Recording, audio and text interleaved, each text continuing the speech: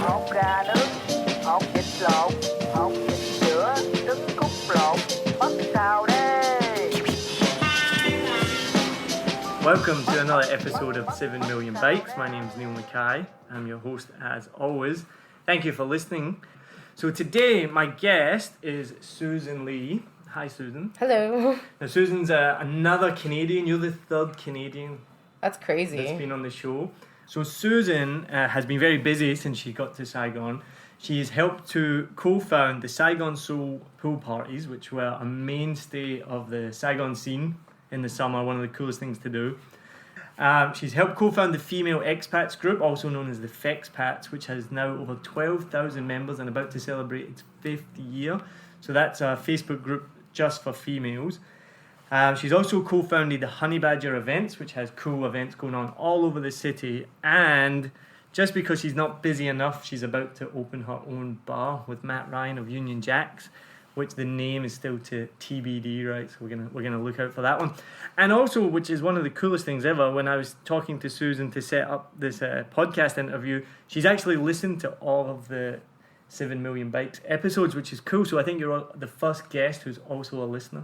Now, Female Expats, describe what is the Female Expats group then? It's female expats and locals of Ho Chi Minh City. So when we first, anytime you move to a new place, you're always wondering where to find things, trying to find the lay of the land.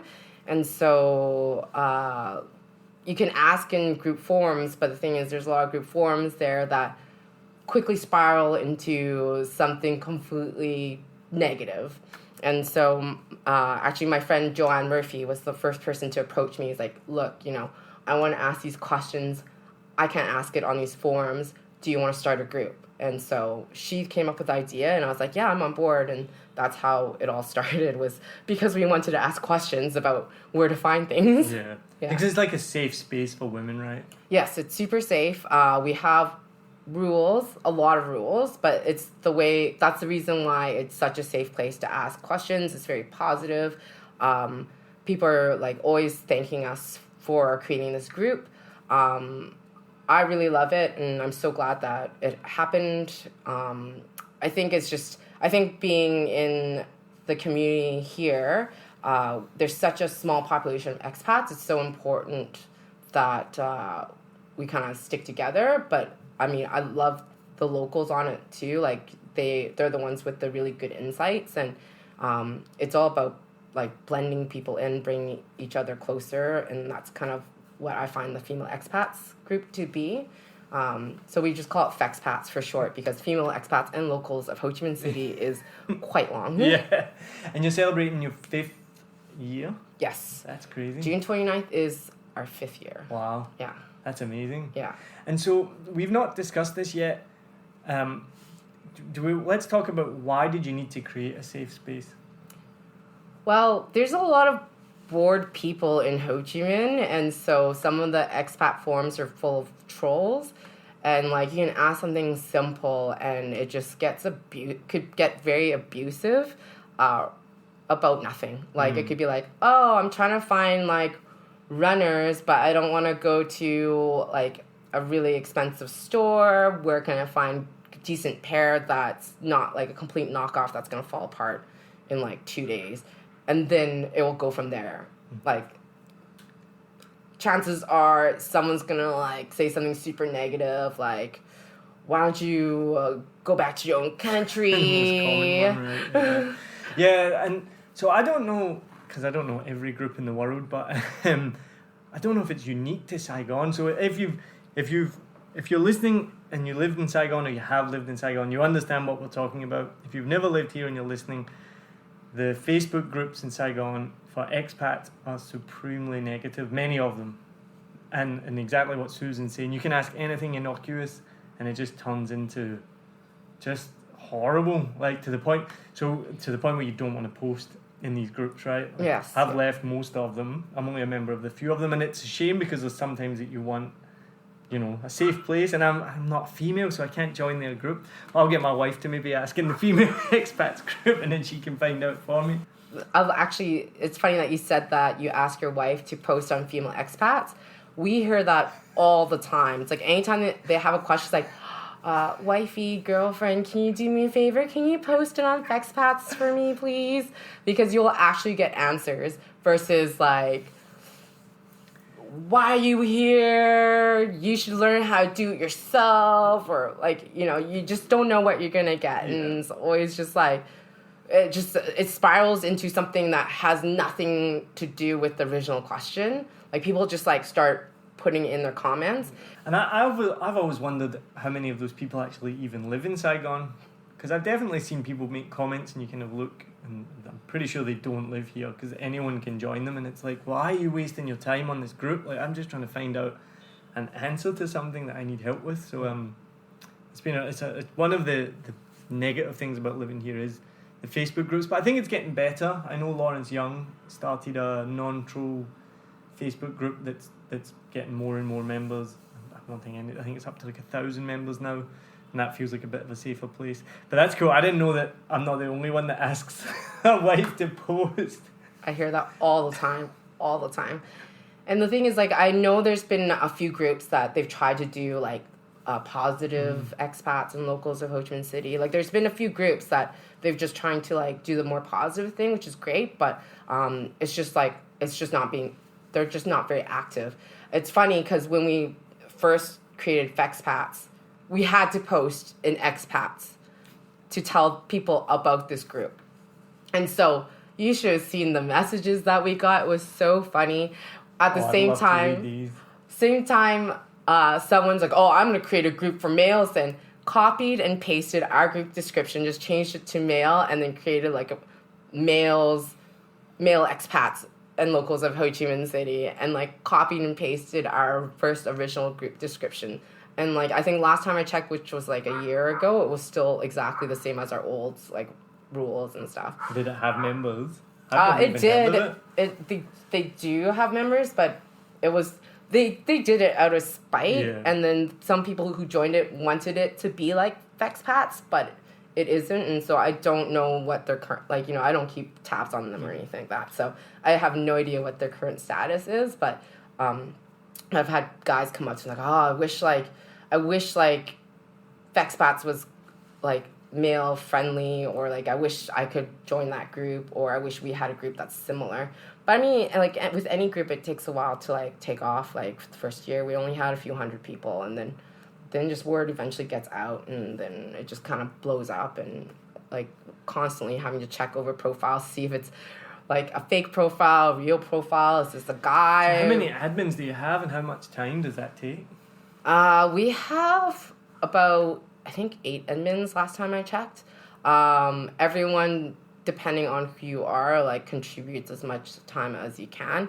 I'll be honest, like I haven't been able to contribute a crazy amount of time, but like I help out in other ways, like throwing an anniversary party and stuff. But yeah, like we constantly have to debate on certain issues that come up.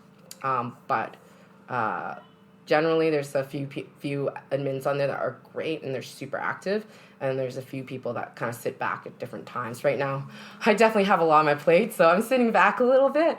But yeah, like the community is really great, and they kind of police themselves a bit, so which is good.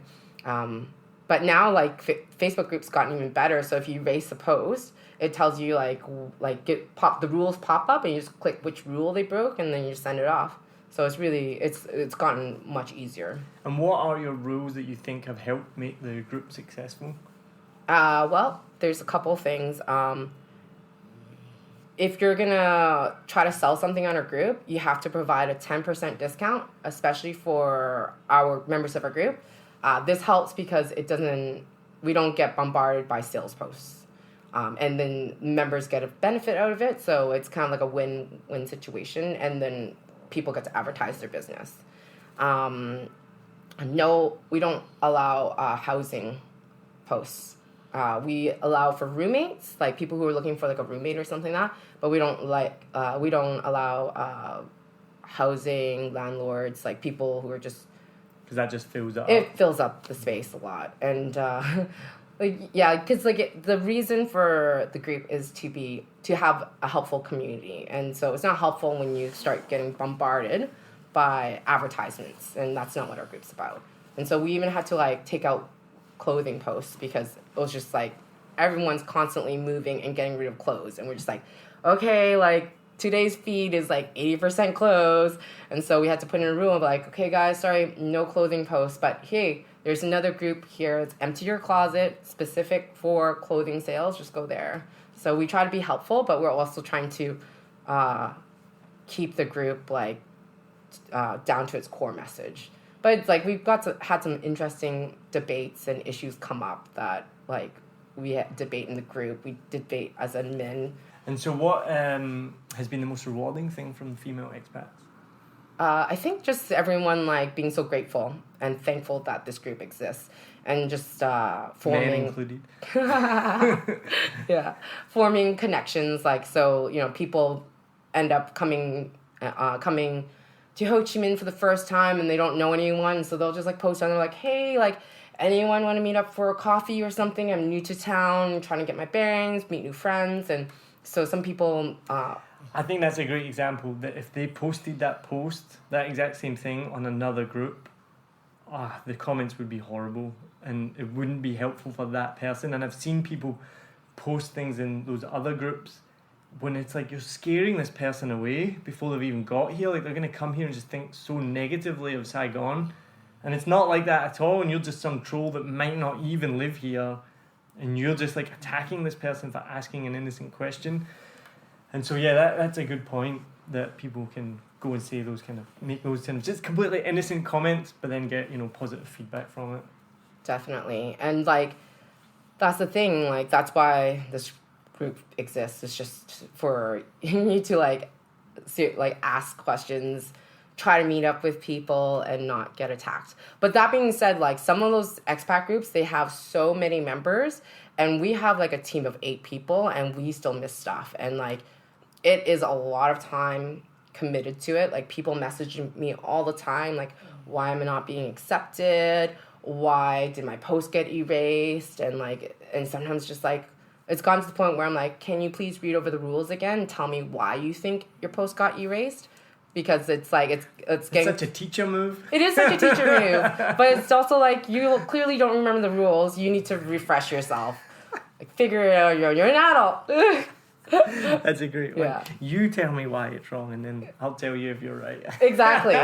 And you know what? Best answer ever. Like, I do that all the time. It's like saved my, like, because you have to like ask, what was your post about? Like, oh, then I think it's this reason. But it's just like back and forth. It's like it takes like, it doesn't just take like 2 seconds. It's like it's back and forth, back and forth, back and forth. Oh, why didn't you tell me, blah, blah, blah. I was like, well, read over the rules again. Like, if it breaks the rules, your post will be erased. Like if I were to go and message everyone, like, oh, I'm going to erase your post because of this, and this reason, like, that'd be a full-time job. Yeah. And it's not a job, right? It's just like... It's a volunteer-based thing. Yeah. Like, you know, like, we've created this community. It's great. All the admin volunteers their time, and just like, and like most people appreciate it. It's just sometimes like I think you get caught up in what's happening to you right now that you forget, like, hey, like, nobody gets paid on this form. Like, we're just doing it to help everyone out. And I think people are mostly grateful, and sometimes they just forget. Yeah. And so 5-year party, what's the plans for that then? We're having a big shindig at Arkan. And it's a daytime thing, so it's like a marketplace. So we've got people in the community having their booths, and then we're doing donations to Little Rose Bakery. Awesome. Yeah. So have you got stuff from there before? We're gonna have a booth with all their some of their cookies and stuff for sale as well. Sweet. But we've done Honey Badgers have done lots of fundraising for both Little Rose Bakery and RAD 7, Rescue Animals in District 7. Is that something else you helped found? Yes, I helped found that too. We'll talk about that later. We'll get to that in a bit. No, so Little Rose, so I work for a charity and we support Little Rose, and they're unbelievable. So Little Rose is a shelter in District 7 for about 14 young girls who are either at risk of being sold into sex trafficking, have been rescued from sex trafficking, come from abusive families. And Little Rose is an unbelievable shelter. It gives them a safe place to live. They get English lessons, they get schooling, they get vocational training, and one of the things they get training for is in baking, and so they have their own bakery, which is kind of run separately, called Little Rose Bakery. Go check it out. Look it up on Facebook. So just last week at work, we ordered like a whole bunch of eclairs and baked goods and had them delivered. Unbelievable. They're so good, and yeah, an amazing way to help them. It's not just giving them money. Give them money as well, because they do need it, but giving them a job and giving them a purpose and things like that. So that's cool. And are men invited to the female expat party? They are. Woo. Everyone is welcome to come. Like, we're just trying to be more of an inclusive society. But yes, it's an event where guys are welcome and dogs are welcome. So Yeah. Do you think any like real life trolls would show up and someone's got like a megaphone being like, I'm starting a men's group? I doubt it. I doubt it. I mean, if that would be very interesting if it did funny, happen, yeah. actually. I think that would actually give us really good social media. Like, I think that could become viral, actually. Trolls are such a phenomenon though, right? Like, I don't get it. Like, why are these people the way they are online? And it's like, you would never say that in real life. I hope you wouldn't. I've never heard someone say anything like what you read online. And I don't think I know anyone who's a troll. Like, I think it's like you have this like online persona that you feel like you could do anything with. You know, like, I doubt any of them have the real names either. Like, some do of you them. think so though? I think some of them do, and that's Some of them probably and that's do. what blows my mind, because some people are doubtful of like Reddit because it's anonymous, but Reddit's like a way more helpful community. I don't know if you use Reddit, but people there, like, there's not really much trolling like that. It just kind of gets filtered out. Like, it's just a completely different community to Facebook, which I don't understand, because Facebook, it's mostly your real name and your real picture, and these people just go to town with the trolling.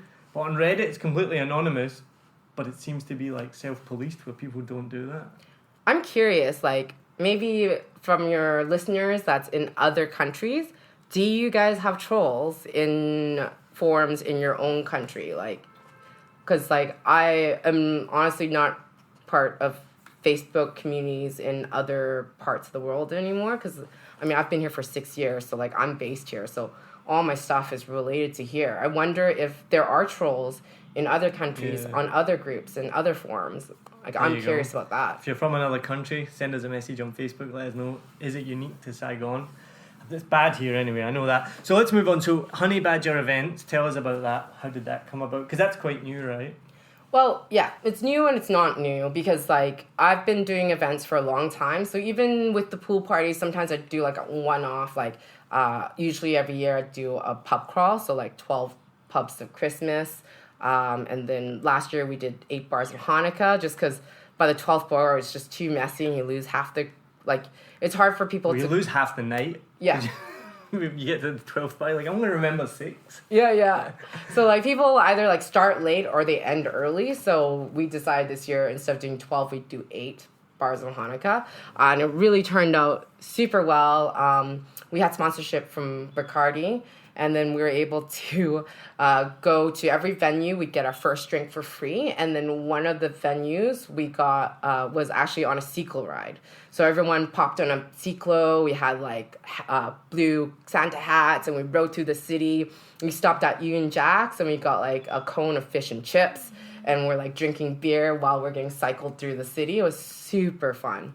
I missed that one. Damn it. Yeah, it was brilliant. Actually, like, I keep running into people who were on it, and they just, like, cannot stop talking about it. Cool. So we'll definitely have to do it again soon. So from that, you kind of formalized it into a company.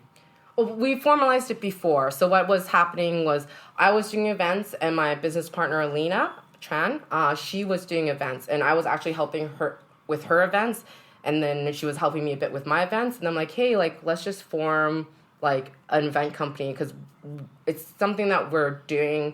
It's like kind of like a passion project that we're doing on the side of everything else that we're involved in, because I'm super busy, she's super busy, but, like, we come together and we do these events, and it's super fun because me and her, like, always on the same page, and, like, as soon as I say it, she's thinking it, and, like, vice versa. Like, we're so lucky that we have such a good partnership. But one of the first things that I helped her do was dinner and a show, and that was a fundraiser for Little Rose Bakery.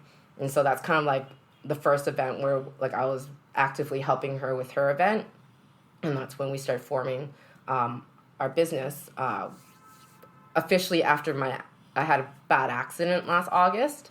I severed my ACL, and so I was off my feet for a little bit. And of course, when you're bored, you start a business. That's what you do. So started like just heavily like working on websites and creating all this like events while I'm like in crutches, getting back from the hospital. I'm like, oh, I can't do anything. So let me get on the computer and be productive. And so, so you had a bad accident. An interesting question might be for someone who's thinking of moving here or living here. How's like the healthcare for that? Like, if someone's coming here and they're like, well, what happens? What happens when you have an accident here? Were you looked after? Is it problematic? I was very lucky. I had so many people come to my aid when it happened. It was like in the moment. In the moment, yeah. Like just people stopped and people helped. Like it was amazing. I don't speak Vietnamese, and so like. I have like only like one or two good friends that like can speak English really well and like obviously is Vietnamese, but like my one go-to person was in Canada. That when it happened, I just got back from a trip from home, so I was in Canada. Came back 3 days later, I got into this accident, and oh my god, it was so heartbreaking because like just left home and everyone's like, why aren't you here? We miss you, we love you and stuff. So like you're kind of like. Gone back, it's like fresh, like this like open wound of like emotions fresh, and then I get into this crazy accident and like my one go-to person was not there. I'm just like, oh my god, what do? I just like bawled my eyes out, and just like they kept like saying like, is there someone you can call? And I'm like, wow. It wasn't that bad, but like it was kind of dramatic. But we had people who stopped. One guy called an ambulance. These girls that were walking back from their lunch break could speak English, so they stopped to help translate between the guy who was calling the ambulance. There's another guy who took my bike. There's like this, I didn't know about this, but they have this whole like community of like people in the community that when they see a bike accident, what they do is they stop and they secure your bike for you. So they put your bike in a proper location where you can go get it later, so that your bike doesn't end up getting stolen or something like that. I didn't know this society existed until someone told me about it after I told them what happened. So it was very interesting. I got brought to a local hospital. Facilities weren't great, but people were very friendly and very helpful. But the one advice I would give to people who are traveling here is have insurance. Have insurance. I was a walking billboard for insurance, because if I did not have this insurance, I would have been $15,000 in the hole from my knee. Like, surgery is expensive. And like, because I'm not a resident of Canada, it's not like I could go back to Canada and like get everything fixed for free, because I'm like, you have to be a resident or you have to be paid. You're not a resident of Canada because you've been away for so long. Yes. Yeah, and I'm the same in the UK. Yeah, yeah. To remain a resident of Canada, you have to be in Canada 6 months plus a day to keep your resident status, right? Like, I'm still Canadian, obviously. Yeah. But Yeah, no, I know what you mean. yeah, because I'm not paying into the system there. Like, I'm not paying my taxes there. It's the same in the UK. I thought that I would always be covered by the NHS when I went back to the UK, and then I only found out like last year. Same thing. They were like, "Oh no, you need health insurance to go back to the UK," and I was like, "But I'm a citizen." They're like, "No, you're not a resident." I was like, "Oh." Yeah.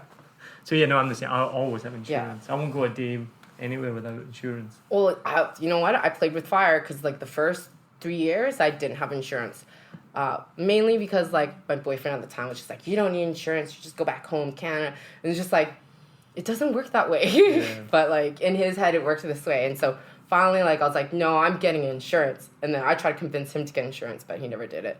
But then like I was a walking billboard. Everyone's like, oh my god, I have to, like, oh my god, this is what happened. My insurance company was amazing, and like kept sending my insurance lady like, hey, like talk to this person, like, it's just because of what happened to me. I don't want something like this to happen to someone and not have coverage for them. Like, it's just, it could be so expensive, and it happens over a split second, and you're gonna like, why do not pay like what, 500, 600, maybe 1,200 like a year, and like one accident 15,000, and it wasn't like a big surgery. You know, it's a very common surgery that a lot of athletes suffer from. Like, I was just shocked. Like, I was so happy that I had insurance. I'm a massive advocate of insurance to the point where I think I bore people sometimes. But I'll never take that risk because, I agree exactly. It can be a split second. It can't even be that big a deal, but it will be expensive. So, definitely. So that's a good tip, anyone thinking of coming here. And then, so how was the healthcare after that? After you said it wasn't great, the first hospital you went to? Yeah, like, I mean, like when... the problem is there's also the language barrier. Like, the doctor could speak a little bit of English, but, like, not a lot. And, you know, when you get into an accident, you're, like, swollen, so you can't get proper testing done. Like, you can only do certain types of testing. They checked to see if any organs were damaged, which was really great. But they never said, like, hey, like, in a few weeks, go get an MRI. And so it took a while, but then I figured out, like, a month later that my ACL was severed. And then, so that's when I started, like, going through, like, insurance and stuff. But I was lucky my insurance covered hospitals in Bangkok, so I ended up going to Bangkok to get my knee surgery just because it is hit and miss here. Certain the facilities are great, but, like, it's sometimes about the bottom line here because it's, like, all the hospitals that, like, expats want to go to, they're all private hospitals, and so it's all about the bottom line, how much money they make. So one time I went to FE Hospital, which is supposed to be one of the fancier ones, and what happened was I must have drank some really bad liquor, but I was, like, sick for a whole weekend. I could not keep water down, and I was just like, okay, it's been, like, 48 hours. I can't keep water down. I need to go get an IV because I know, like, I'm dehydrated and it's not healthy. And they try to, like, convince me that I needed to do, like, a CT scan because I might have appendicitis. And then he was pushing in the middle of my stomach, where my appendix is supposed to be, apparently. And then I was just like, no, that's not where my appendix is. I'm pretty sure if you have an appendicitis, you know you have an appendicitis. Is it not one of the most painful things that can happen to you? Yeah, definitely. And it's going to be on your side, right? Yeah. Where your appendix is, not in the middle of your stomach. But I said specifically, like, well, it hurts because you're pushing so hard on my stomach. And then they're like, oh, you need a CT scan.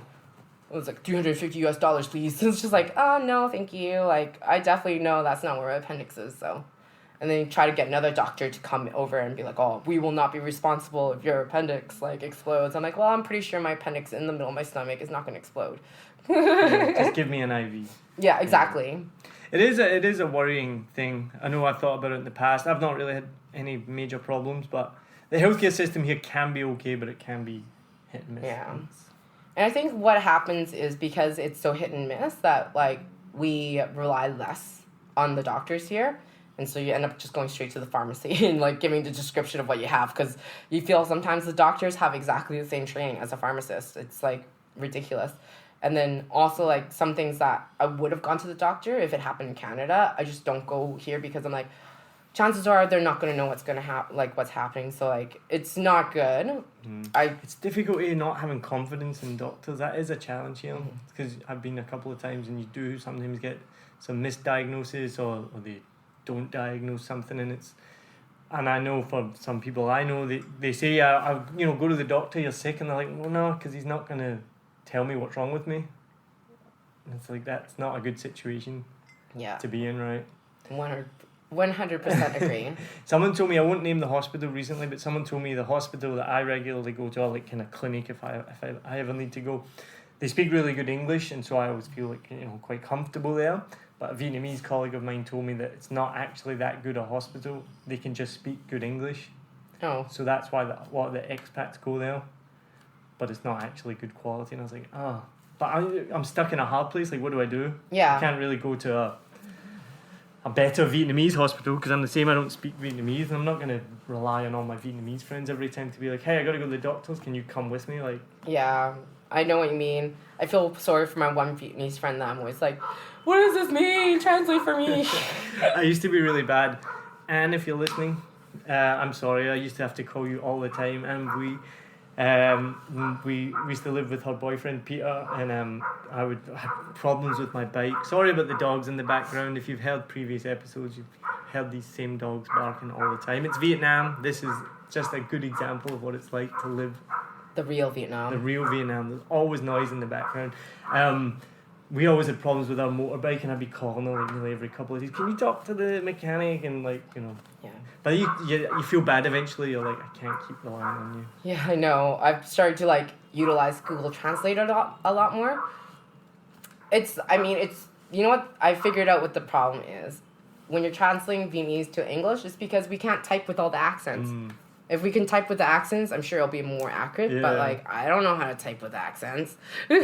Well, the other problem with Vietnamese to English or Vietnamese is a lot of it's not literal translations, you know, like some of the phrases or concepts. Like, I read a document, it was kind of explaining how difficult Vietnamese is. It's one of them, it's like, someone showed me a language tree in English and Vietnamese is almost as far away as you can get in terms of like an etymology of where the languages came from.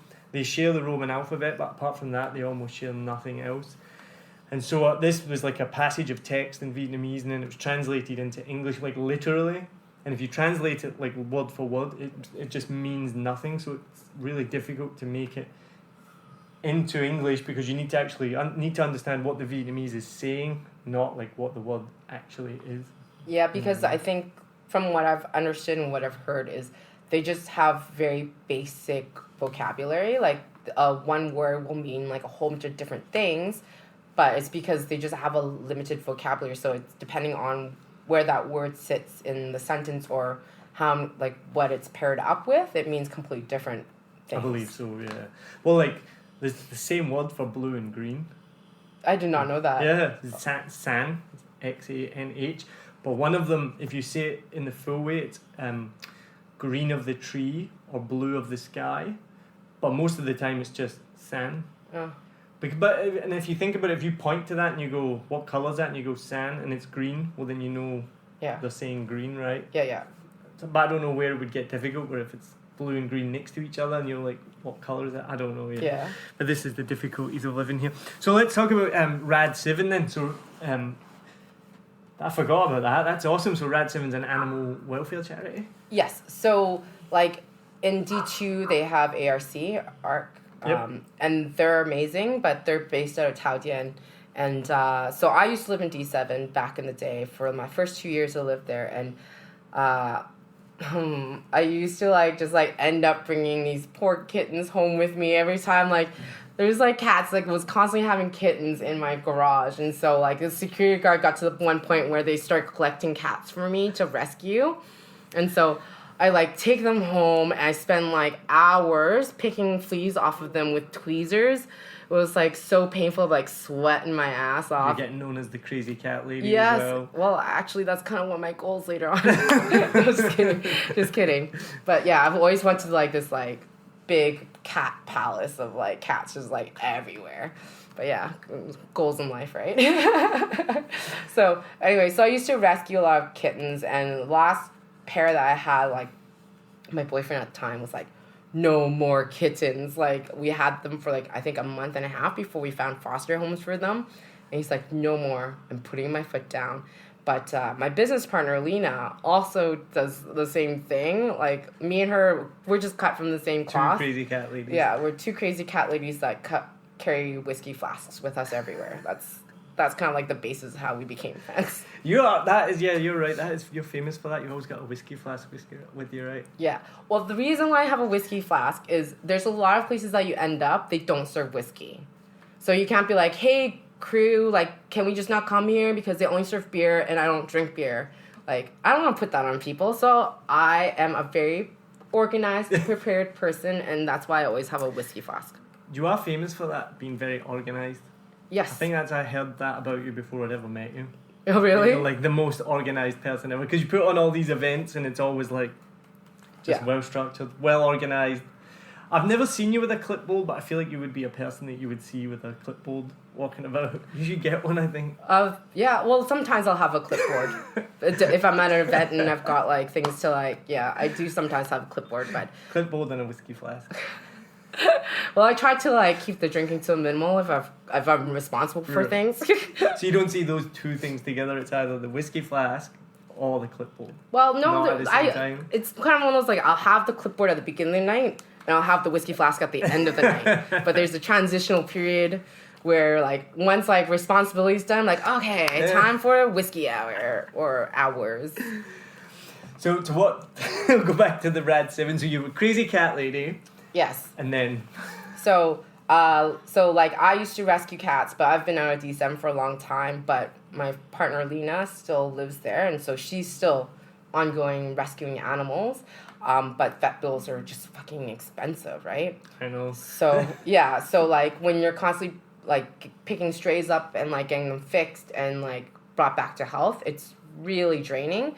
And then so with me and her, we started organizing Rad 7. So I created kind of like all their like logos and Facebook group and got all that started. And then she runs a group of volunteers. So like I help out just on the side doing kind of like visuals for them. And then when we do an event to raise money for Rad 7, I help out with that. But she's definitely kind of leading the charge on that one. Is it just cats or any? Cats, dogs, everything. We've rescued dogs that were chained up, and we had to like convince the owner to give up the dog, and like the cost of like lots of like hundreds of dollars like to vet bills to get this poor dog back in shape. Like it was just, they were just like not being fed, like they had different diseases, and like it was just, yeah, it's really heartbreaking sometimes. And so you're still taking donations for Rad 7? Yes, always. We're always taking donations, and it goes straight to vet bills. We don't keep any money to ourselves. Just to the vet. Just to the vet. But like, it's great. We work with White Ocean Clinic, and they're really great. They give us a different price list. We get discounts, and when we rescue an animal, we have it there. Like you can also go straight there and say like, I want to donate to this animal. And then they'll just put the money right towards the bill. So they've been really great. And all our volunteers, like without them, we could not be running. And like people in the community in general, like they just want to help. So some people, you can help by donating, but you can also help by fostering animals, or best of all, adopting an animal, which is... One of the things I do see on many of the Facebook groups, and they always get controversial comments, is when people say, oh, I have to go back home, who can take my animal, whether it's a cat or a dog? That's quite common, right? Yeah, it's unfortunate. I would say, like, if you want to take on an animal, like, look into where you're planning to move to next and check the laws and whether or not you can afford to bring your animal with you. Because it is unfair. Like, you take on an animal, you should take that animal on for life. And I mean, like, everyone's situation is different. Like, people can get an animal when you're in a couple, and then breakup happen. Like, I have to say, like, I've been, like, guilty of it myself. It's just, sometimes your situation changes. Yeah, of course. And you're no longer able to keep an animal. But if you're an expat and you know you're not going to stay here forever, you know your situation. You know that is your situation. Well, that when we got Biscuit, that was the biggest decision. That was the biggest thing we had to research, because we're residents of New Zealand, and that's where we'll move back to. And it just so happens that New Zealand has the strictest laws on bringing pets in, and Vietnam is not a rabies-free country. So if we want to go back to New Zealand, we'll have to move to another country for anywhere from 3 to 6 months with Biscuit before we can even go back to New Zealand. And we had to take that into consideration, like, how much do we want a dog? We're going to be here for the foreseeable future, but maybe not forever. So when we do make that decision to go back to New Zealand, we have to know that we're going to have to move somewhere else. And ultimately, we're like, right, we're going to do it. And we're glad we have. But at one point in the future, it's going to be something that we'll have to deal with, right? Yeah. Well, you know, like, it's going to be probably a cool experience living somewhere else. Yeah. So... Well, we found out recently from the vet here that you can actually go back to the UK quite easily. And if you stay in the UK for 3 months, then you can go back to New Zealand. And I haven't lived in the UK for 15 years. So do you have family there? Yeah. So it would be cool maybe to go back, though, for 3 months and spend some time there. Yeah, totally. And you technically don't need to be there for 3 months. Yeah. The dog needs to be there. So you can always go back for a month or something like that, leave it with a relative, leave your... I know that's hard, but... Mom, if you're listening, You're going to get a dog soon to add to the 2 that you already have. There you go. See? Problem solved. Yeah, there you I go. love solving Done. problems. That's kind of like my thing. She's got a clipboard out already. Yes. Writing it down. So I have a personal question for you. Are you single at the moment? Because you've mentioned a couple of times about a breakup. Yep. I am single. Same with you. I had moved here with a partner, but we broke up. It didn't work out, which is totally fine because like it's brought me where I am today. But yeah, it's really tough. Like first, it took me a while to be open to dating because like I was with my ex for 6 years, and before that I was with someone for 3.5 years. So like between the two of them, it's like a decade to get like with one person at a time. So like it took me a while. Like I think like you just kind of lose yourself a lot in a relationship. Like sometimes you give and take. And anyways, so yes, I'm single now. It's different. Well, my question was going to be, and the reason I asked that is because I've heard from many friends that, and even just recently, like a couple of weeks ago, I was talking to a friend, and she's like, it's really difficult here to be a single female because it's just a different environment, right? I mean, well, you mentioned earlier, like there's a small expat community, and I don't know it is very common, right? Let's just be honest about it. It's very common for a Western man to have a Vietnamese girlfriend. It's not uncommon. There's nothing wrong with that at all. Like, you know, I've got on the podcast we've had Kim, who goes out with my friend Lewis, and it's completely normal. But it's not so normal that an expat woman dates a Vietnamese man, right? True. Why is that? Well, honestly, I'm not sure. I think it's just to personal tastes. Like, I think it's so hard to like. For me, I could just talk about myself. Yeah, sure. Okay. So for me, I really like intelligent conversation. Like I like talking about current events. I like analyzing situations, personalities. Like I just find life very interesting. But if I'm going to be with someone, I want to be able to discuss all this with them and like complex issues. And so for me, it's more about being able to communicate properly with a partner. And I mean like, it's tough enough finding someone that you get along with and then also like speaking the same language, whether it being like actual like English language or just your same goals. And I don't know, like talking about interests, it's just hard to find someone that you mesh with. And I think with cultural differences, that's an added difficulty. So it's language, it's cultural, there are very different expectations. Like you bring that up, and it's very true. A Vietnamese man is expected to almost meet a woman. A woman's expected to meet a man, get married, have a baby, move in together. It's a very clear path. Mm-hmm. And not all Vietnamese people, from my understanding, are happy with that, but they have to kind of do it regardless. And so then maybe what you're saying, would you agree that then it's difficult because even though a Vietnamese man or woman have to follow that path, it's unlikely that a Western woman is going to go down that path with a Vietnamese man? That is very true. I think at least for myself, I've always been a little bit different from everyone in the sense that like I don't want to have a family. Like I'm not planning to have kids. It's just the thing. And so like that cuts out a lot of people.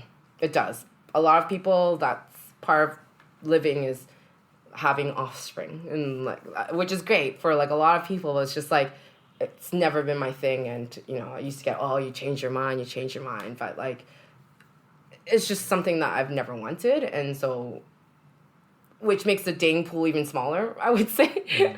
But adding that with like intelligent conversation, just like for me, I need someone who's motivated like me, who wants to get involved and also very social. Like the list is quite long, and therefore I'm still single. You're just waiting for the right guy to come along with a clipboard. Yes. And just ticks all those boxes. Yeah. So what, have you had any dating disasters here in Saigon? Well, okay, here's another thing. Like, I'm not on Tinder or any online dating app So your pool just got even smaller. Then? Yeah, my pool's even smaller, and Have so you meet people in real life. yes, What? it's a thing. Yeah, because I'm so social. Like Yeah. I'm always out and about, and I'm always meeting people. So I would not say there was a dating disaster. There was like someone that I was interested in dating, but then turned out had been sleeping with another friend. So that kind of just like put a stop to the whole thing. And it's like, oh, that's not happening then. Because like I'm very like rule oriented in a way. Like I guess that makes sense because I'm very organized and I run these forums. Like there's certain rules that I go by in life, and one of them is not doing that. Dating someone that your friend's dating. It's just not cool. Most and people have that kind of rule, though, right? True, but like, you know, like the pool's really small here. Yeah. So like there's a lot of like like, you know, just everyone kind of in the end knows everyone. Yeah. And could have slept with that person. And it's different if it was just like something in the past, but it was just like, yeah, on and off. Then you're just like, okay, I'm cool with like not getting I don't like drama either. So I avoid situations that would cause drama. And does that come up in the female expats group? Like, are people like, I'm single, what do I do here? Yeah, it definitely comes up all the time, and it comes up in regular conversation between girls, and it's just a thing, like, and I don't think it's part of it's being in Vietnam, but I think part of it is just online dating and apps and what social situations caused in the dating world has quite changed, because, like, for me, the reason why I never used Tinder and never liked the concept of Tinder is because it makes, okay, first of all, you're basing everyone on their photo. So it's superficial. And then because you're swiping, like, left? Or I've never used it. Yeah, so whichever way you I've been married swipe, too long. whatever direction you swipe to say no, it just, like, makes life, like, it makes, like, you feel like, oh, like, all these opportunities are possible, and you're just like, it's so easy to just say no. And then when you actually meet someone that you like connect with, like, you just think things are disposable. That's exactly it. And I don't like that concept where it's like people are disposable, and that's what I feel like certain apps makes you feel, like people are disposable. It's so easy to just like say no to someone. And for me, like, I'm time poor. Like, I've got so many things going on. I don't want to spend hours on an app chatting, small talking to people online that I don't really know, and then finally meet them and be like, within 10 seconds, no, this isn't going to work.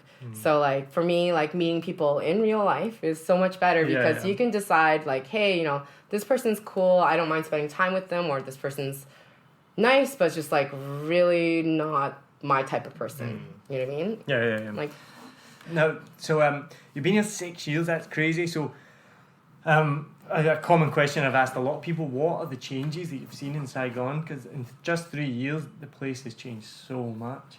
Yeah, there's definitely a lot of changes.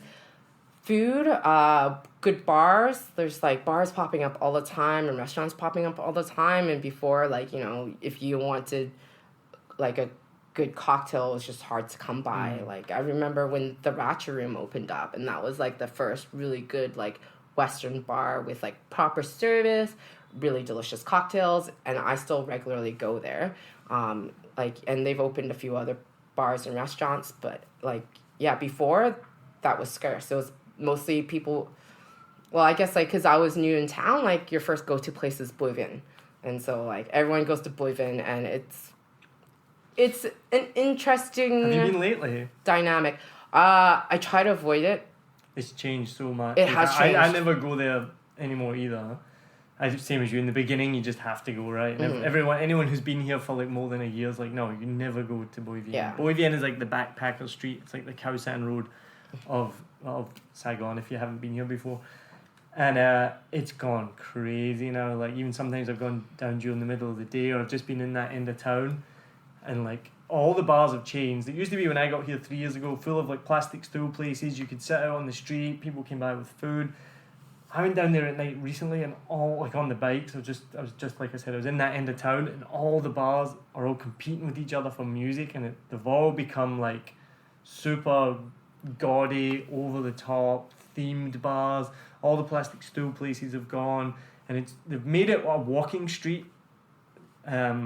So I can't think how I was driving down it, but no, on the weekends they've made it a only walking street on the That's weekends right. at night. Must have been during the Yeah, week. only during the nighttime, and it's only for a few hours, to be Yeah. honest. But it's just gone crazy. There's like a Starbucks, there's a Burger King, there's Yeah, it's not what it Starbucks used wasn't to be. here when I first got here. No McDonald's.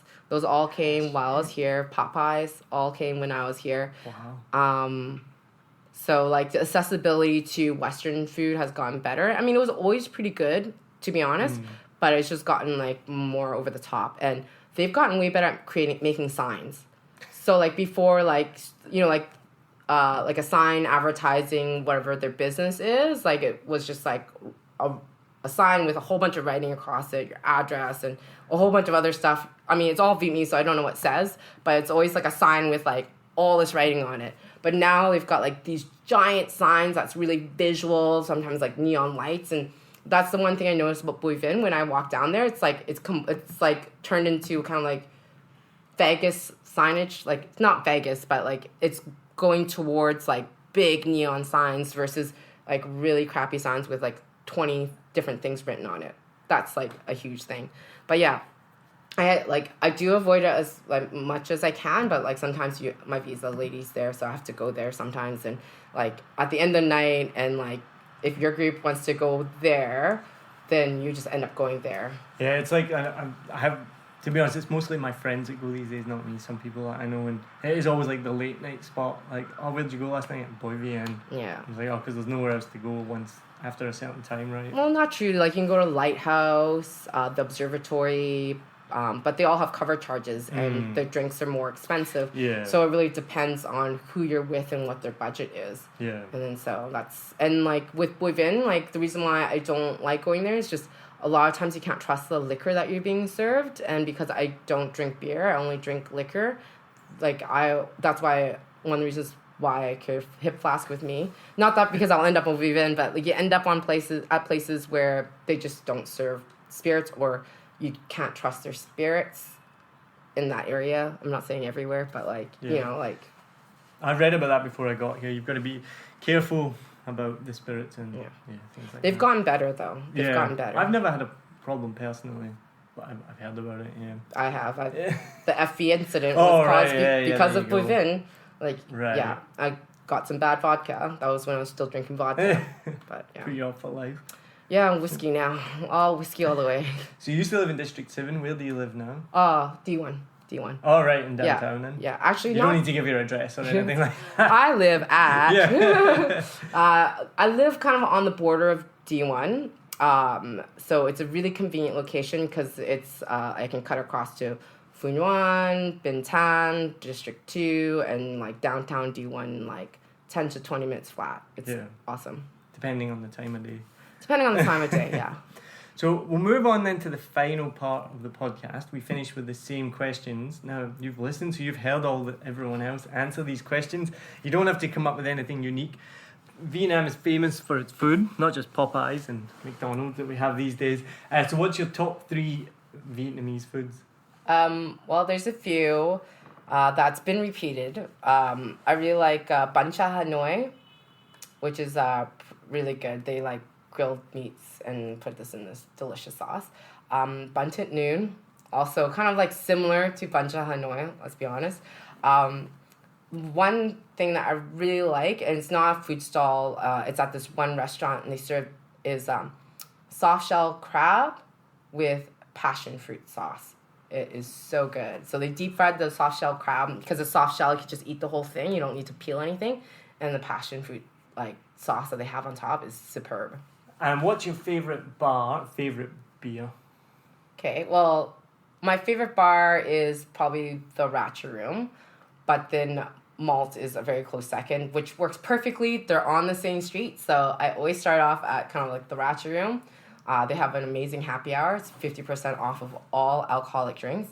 And then so start there and then usually end up at Malt because Malt's like really chill. It's like a good vibe. Yeah, Malt's come up before, and yeah, it's definitely one of my favourite bars, but I've not been in a while. I need to go back. And I've not been to Ratcha Room in a while either. Their happy hour is very good, and their cocktails are amazing. And the service is great. Yeah, and they're on Mac Tea Boy, right? Yeah, Mac Tea Boy. So, and what's your favourite daytime place to drink? Daytime, I would say the Boathouse, but I don't daytime drink that much. Like, I know I need to change this question because I don't really daytime drink either. And everyone I've asked, like, I don't really drink during the day. Yeah, but I did hear the Social Club has really good, like, a good place to do sunsets. Where's that? The Social Club? Yeah, it's on top of M Gallery. Oh, I don't know that one. It's the rooftop on top of M Gallery Hotel. It's called the Social Club, and then they have happy hour drinks right when during sunset hours.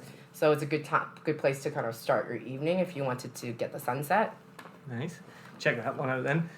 And then this question I ask because I'm gonna repeat myself, but I had massive challenges in my first year here. I wanted to leave, and part of my reasoning for wanting to interview people is I think it's an interesting place, Saigon, because it's so confronting, it's so challenging. It's not an easy place to live. I don't think so anyway. In some ways it is, but in others it's not. Why do you stay? Honestly, it's the people and the community that I've built here. It's everyone's super friendly. Life is just so easy here. Like, you don't understand. Like, if you need something, someone's gonna deliver it. Like, it's ridiculous. And I'm not the best at cleaning, so like cleaning is like taken care of so easily. Like, I live in a service department, and like they just clean once a week. I don't have to like do anything. It's amazing. Well, I still wash dishes, don't worry. I actually cook, which a lot of people here do not cook. Yeah, we don't cook often enough. Now, the reason I ask, I guess, as well, is because as expats, we don't need to stay.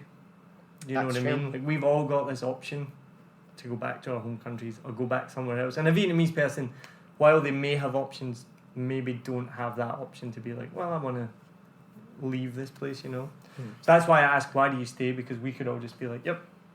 And the next question is, what one thing would you change about Saigon? The pollution. I wish there was no pollution and that there was an ocean. Because, like I said, I'm a big water person, so I wish there was like a really nice, clean ocean that we can go hang out at, have barbecues next to a park or something. But yeah, the pollution is the big thing that I don't like. Like, if you talk to any of the girls here, your hair just continuously falls out. Like, I'm so lucky I still have hair on my head. Like, really? Yeah, my cleaning lady's always just like, ugh, like, doesn't speak any English, but it's always like pointing at hair. I'm like, yeah, like, just like miming. Yeah, it just falls out because of the water, huh?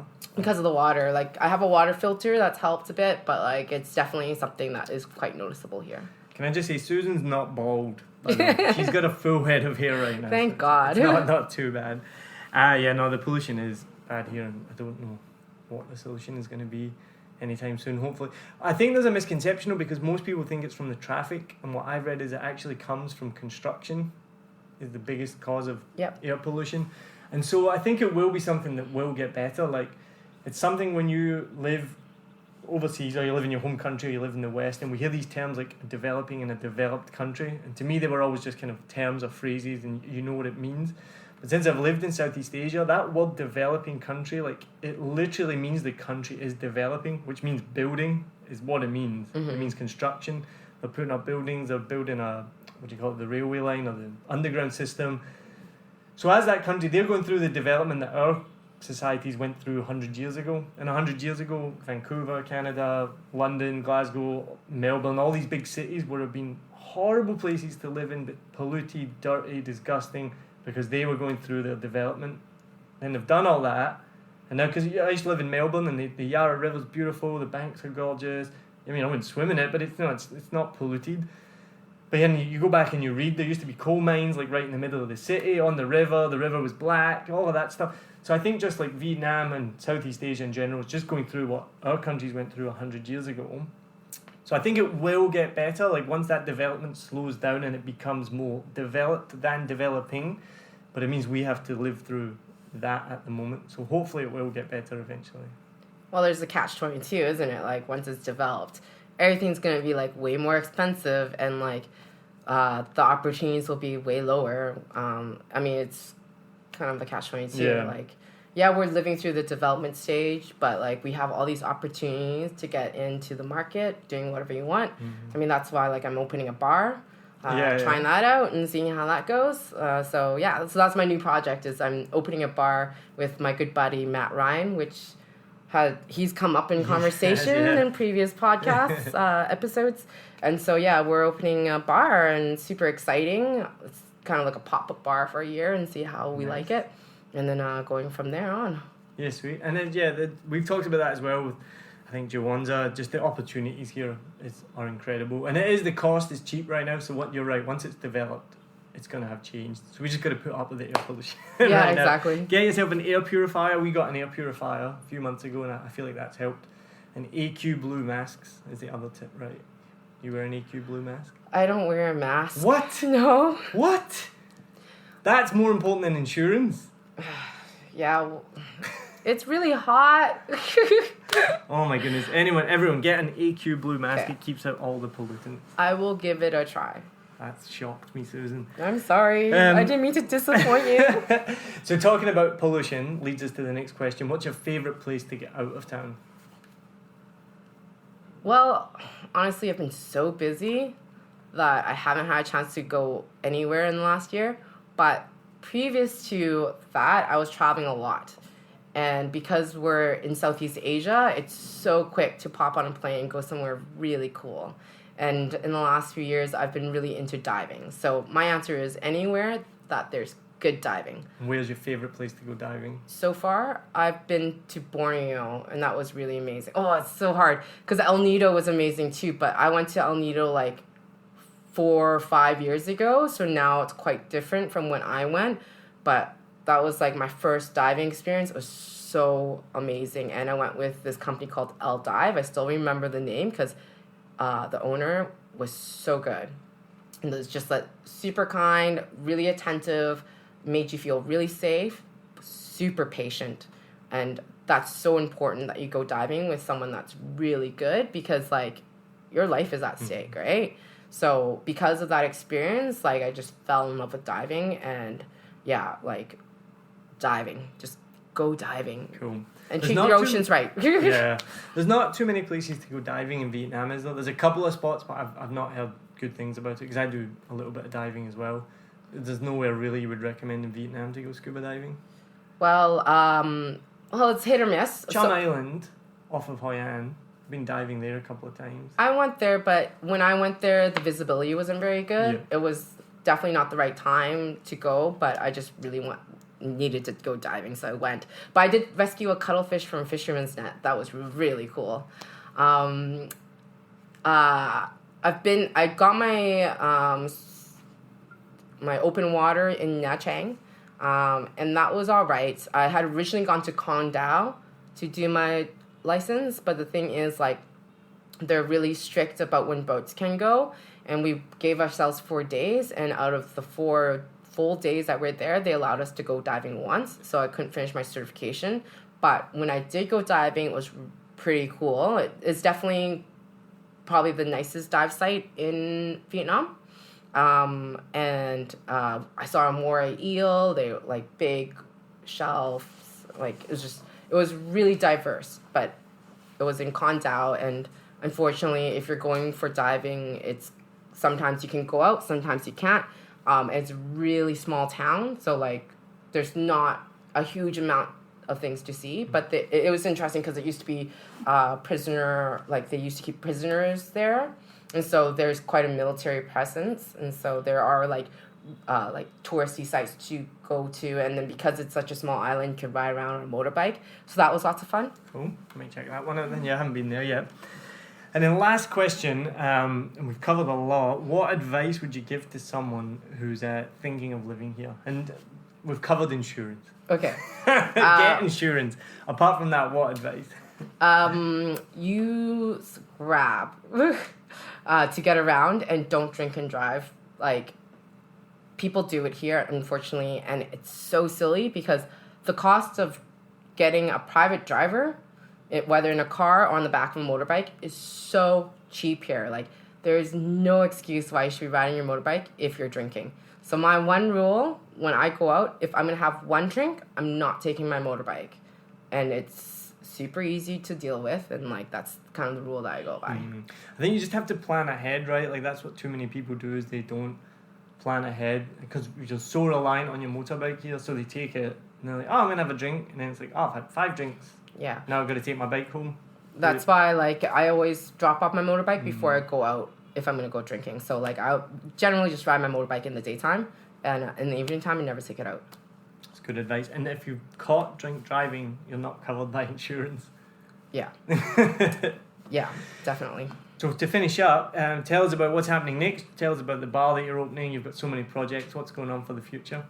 Well, continuing on with Vexpats and Rad7, so trying to keep that going. Honey Badger events still happening, just maybe a little bit less events because I've got a full-time thing with the bar. So I'm really excited about opening this bar because it really like kind of brings together kind of like my whole entire Saigon experience. It's like I just kind of want like my own watering hole where people can come and just like hang out and like chill out, and so I can catch up with them. That's really why I'm opening a bar, is so I can hang out with all my friends. But yeah, like I'm doing with Matt Ryan, who used to manage Emergency Room, which has been brought up in a previous podcast. That was a late night spot, right? That was like Yes. where people would end up if they were like going out for a late night, and it's such a good spot. Yeah. It was definitely like the go-to place. I felt it was like my Cheers, where you feel like you're at home. I walked through the door and they'd be like, they would ask me if I wanted my drink, which was at that time was Long Island iced tea, no tequila, which is like probably the worst drink you can have when you're like plastered. But I'd always end up walking around with this Long Island iced tea with no tequila, probably for most of the night, because I like at that point I was so blitzed. I had to train them to like start offering me Jameson sodas, because when you're drunk, you're just like, yeah, you say yes to whatever they tell you. So I had to like eventually like wean them off of my old drink to like do Jameson sodas, because I was just like, oh, like end of the night, I need that like the soda water to kind of hydrate me. So yeah, no, it's definitely not going to be a late night place. Like it's going to be closed a little bit earlier. Plus they've got this new law that's coming in, which we'll see how it gets reinforced, but you're not supposed to have a bar open from 2 a.m. to 8 a.m. So plus like, as much as I love seeing being at a bar, I just want to like close down and go somewhere else too, where I don't have any responsibilities. Like I said, like clipboard at the beginning of the night, flask of whiskey at the end.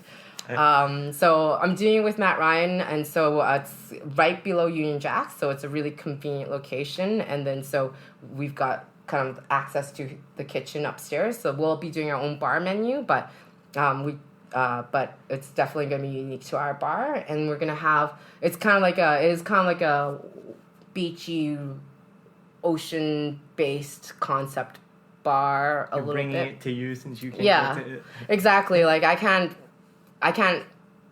have access to an ocean, but maybe I'll just get that feel a little bit when I'm at the bar.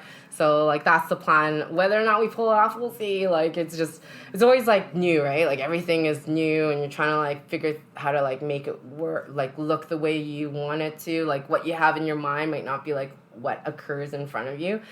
So it's definitely challenges I've never experienced. But I'm just really excited actually, because I just want to like just see people and hang out with them, which I do like all the time, but it's just kind of nice that like when people want to like come hang out, they'll know where I am, and that's always nice. Yeah, that's cool. Awesome. Well, good luck with that then. I'm going to be excited to come and check it out. You're hoping to open quite soon, right? Hopefully. We're aiming for the end of this month or beginning of July. We'll see. Yeah, like it's getting there's under construction, and we're gonna hopefully announce our name like later this week. But yeah, there's a lot to get done. We're gonna do some soft openings with like close friends that are forgiving at the beginning, as all new businesses have to like work out their kinks. But it'll be I'm excited. It's definitely another passion project. So. Well, thank you for, first of all, listening to 7 Million Bikes, a Saigon podcast. It's funny because you maybe heard me say it a couple of times. I kind of go like, for anyone listening, and then I'm like, if anyone's listening, like, you never really know. But then it's been cool to get feedback and hear that people are actually listening. So that's cool. So thank you, first of all, being a listener, and thank you very much for joining me. And when I first started this, you were one of the first names that popped into my head. So I've got to interview Susan and find out a bit more about everything that she does. Oh, that's so sweet. As you now understand, is a lot of things. So thanks for all you do for the Saigon community and all the charities and the animals and the females and the husbands of the females and the boyfriends of the females. And good luck with the bar. Thank you. And like for me, I'm always happy to help and like meet new people. So that's one of the things that I love to do. So if you guys see me, just come and say hi, and like I'd love to get to know you. Awesome. All right. Thanks very much. And thanks again for listening.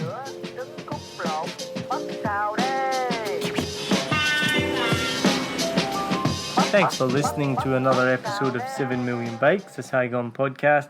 Thank you again to Susan Lee for joining me today. As always, a massive thank you to Lewis Wright for composing the theme music that gets the most amount of feedback. So if you love the music, send me a message. I'll let Lewis know.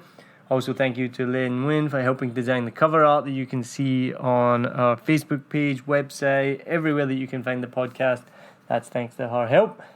If you are wanting to listen to more episodes, then you can go to www.7millionbikes.com. You can also now find us on Google Podcasts. We're also on Apple Podcasts, which used to be iTunes, Stitcher, iHeartRadio. We should be on there soon. We're on TuneIn Radio now as well, and of course Spotify. So if you're enjoying the podcast, send me a message. Let me know what you think. If there's anyone that you want to be interviewed as well, we're starting to get people send messages about that, so that's great. You can send me an email at 7millionbikes@gmail.com or just get me through Facebook. So thanks again for listening. I hope you're enjoying the show and hope you can tune in for more. Cheers.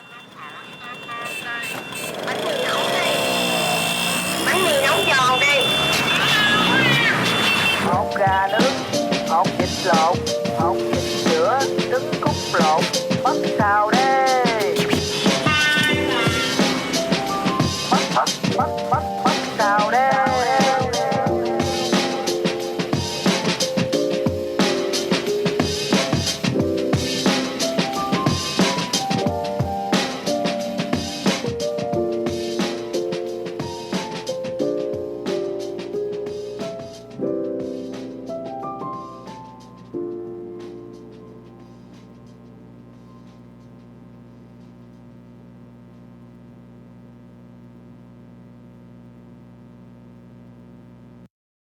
I hope you enjoyed this episode. If you're like me, you may use your laptop at places where you have to use public Wi-Fi. This opens you up to digital snoopers. It's a massive problem. It can be your internet service provider, or you know who, looking at what you do online, or a cyber criminal trying to steal your bank passwords or credit card info, or even a hacker at the next table trying to steal your sensitive data. These days, it is vital that you keep your data safe. NordVPN keeps all of these snoopers away. It makes your internet activity private, protects you from accessing dangerous websites that are phishing for your data, and lets you enjoy your favorite content securely, even while away from home. And it's easy to use, even I could use it. I've actually been using NordVPN for years now here in Vietnam, and I'm excited to be an affiliate partner with them. I've used NordVPN to watch Netflix, BBC, Disney Plus with ease. And I also know that my information and data are safe from prying eyes, whoever they may be. Join now and you'll get 68% off and 3 months free when you go to my link, nordvpn.com/SMB. Just again, for those hard of hearing, nordvpn.com/SMB. The link is also in the show notes. I know nobody checks them out, but go check that out and you can get the link from wherever you're listening to this podcast. As an affiliate partner, it also means that I will get a small commission when you sign up, but at no extra cost to you. So not only will you be getting a great deal through 7 Million Bikes, you get a great VPN and you'll be supporting 7 Million Bikes podcast. Stay safe online and enjoy the shows you love. Any questions, just let me know. You know how to get in touch with me. And thanks for listening to this show. Cheers.